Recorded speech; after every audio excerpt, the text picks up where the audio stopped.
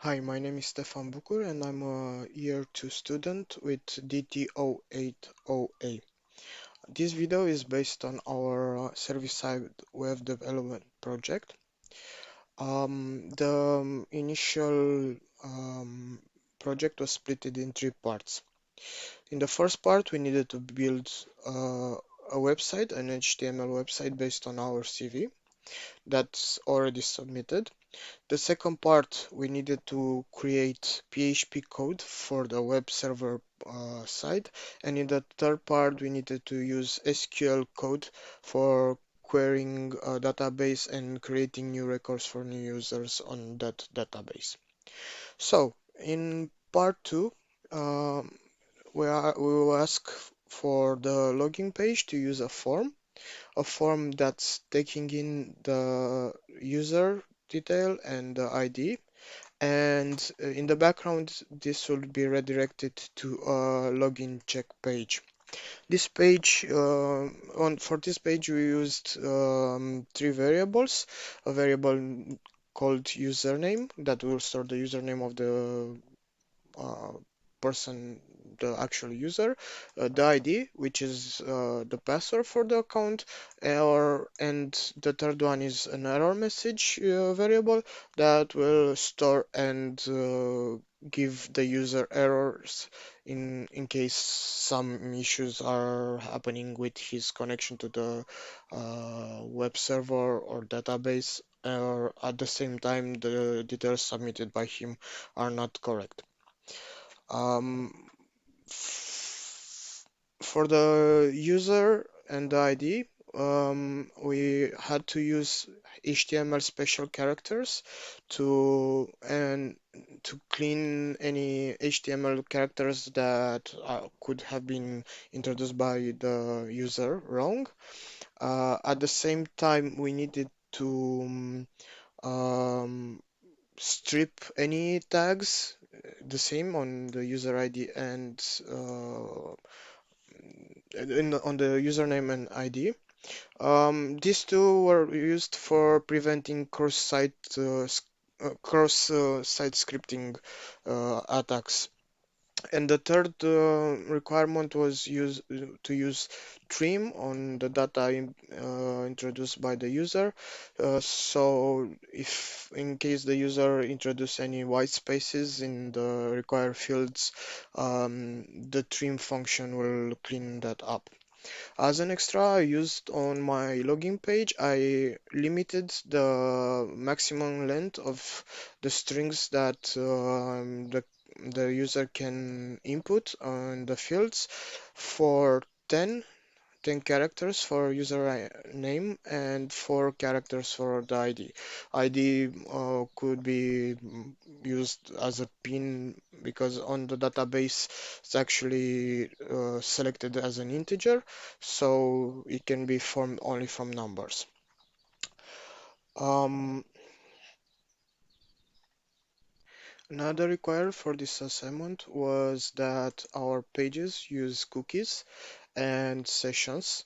So we created cookies. I created cookies that are valid for 1 day, and sessions that will be running till the user chooses to log out. These were created that if the cookies expire or the user logs out, if somebody else comes to use the same device, in case he tries to access the history, automatically the page sees that the cookies are expired or the user logged out, and automatically will be redirected to the login page where you will be asked again to enter the user and password. In the third part of our assignment, we were required to create a database in MySQL where to store the ID and the user for new registering users or the already existing ones. Now, I call the database user service side web development, and the table that holds the information is called logging table. So if we select the logging table, we can see that there are two fields. There is the ID field and the name field. The ID field was used as a primary key. So in order for the database to be queried by the web server, we needed to have created a connection between the web server and the database. So basically, what we did is try to log in with the database, the MySQL on the MySQL database, and from there, with user and ID to check in the table if the details entered by the users are they exist in the table in the database. In case the details are correct, then the login is successful and the user will be redirected to the main website. In case of user the connection between the PHP server and the MySQL database cannot be established, or in case of the details introduced by user are not correct, or it's the details are not completed. Let's say only the username is completed and password is missing, or the other way around, then the connection will not it can't be established, and the user will be redirected. Will get an error message, one mentioning error connection to the database, another one mentioning invalid details or invalid SQL queries in case the details are introduced are not completed. And at the same time, he will be redirected to the login page and asked to try again. The SQL query will be in the form of select from the logging table in the database, where username must be equal to a username from database and ID must be equal to an ID from that already exists in the database. In case the user doesn't have an account and wants to create one, uh, I created a second page where user can input his details and the details will be redirected to a MySQL insert page. So basically, we're gonna have a connection established with the web server using root as a user and no password, and selecting the user service side web development database. In case that the connection cannot be established, the user will get an error message. In case the details and the connection can be established, we're gonna use insert statement. So insert into the login table the username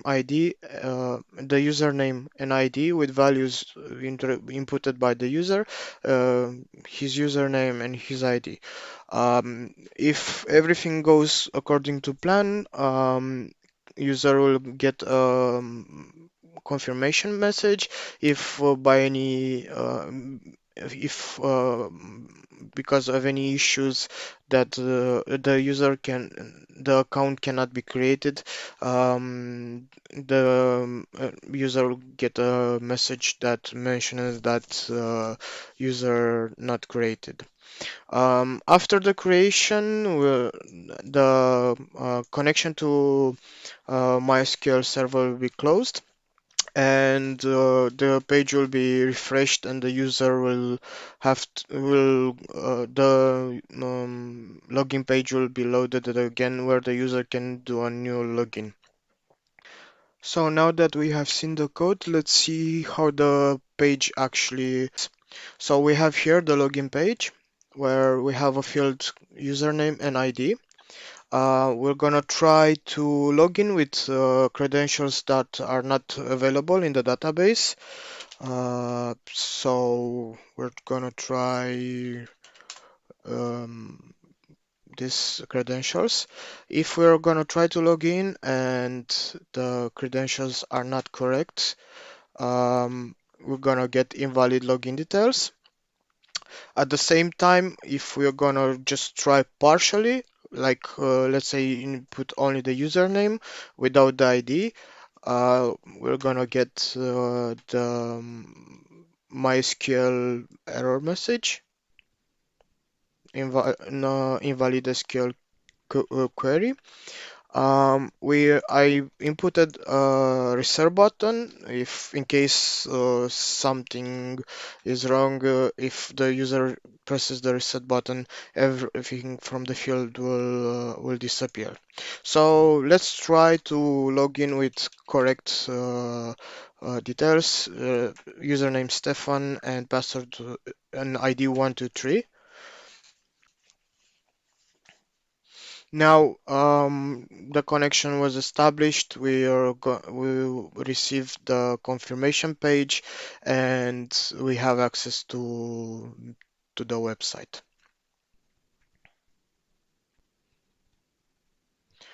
Now, I mentioned earlier if somebody's trying to, let's say, connect. Let's say I will log out from this page and try to use the history of and just go to the home page again.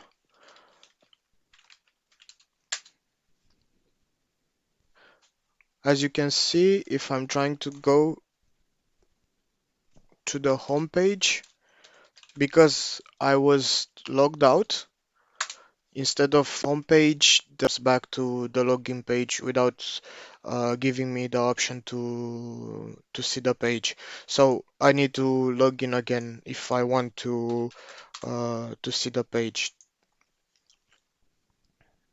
to have access to any of the website pages. Okay, the website is the same like previously. I didn't do any uh, major changes on it. But anyway, the this is out of the scope of this video. Now, in case the user doesn't have, is a new user and he doesn't to create an account, I included here a new user button that will redirect automatically to a new page. So let's say now user wants to create the new account. We let's say John, and we're gonna use as a password ID 9876. Once we press create, if everything is alright, we have the congratulations message, the user was created, and after that the page will go back to the login. Now, if we look on the in the database, see that initially we have only Stefan, but if you refresh the database, we have to see the new account created.